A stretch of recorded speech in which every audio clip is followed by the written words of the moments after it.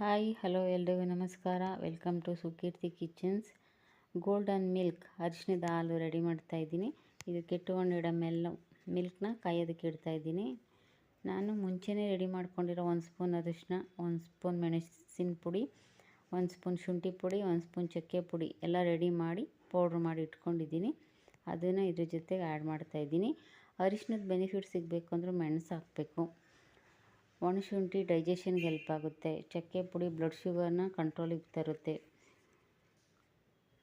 ಇವೆಲ್ಲ ಆ್ಯಡ್ ಮಾಡಿ ಇದು ಕುದಿಯೋದಕ್ಕೆ ಒಂದು 5 ಮಿನಿಟ್ಸ್ ಇದನ್ನು ಕುದಿಯೋದಕ್ಕೆ ಬಿಡಬೇಕು. ಇದು ಚೆನ್ನಾಗಿ ಕುದ್ದು ಅದೆಲ್ಲ ಅಬ್ಸರ್ವ್ ಆದಮೇಲೆ ಇದನ್ನು ಫಿಲ್ಟ್ರ್ ಮಾಡ್ಕೋಬೇಕು.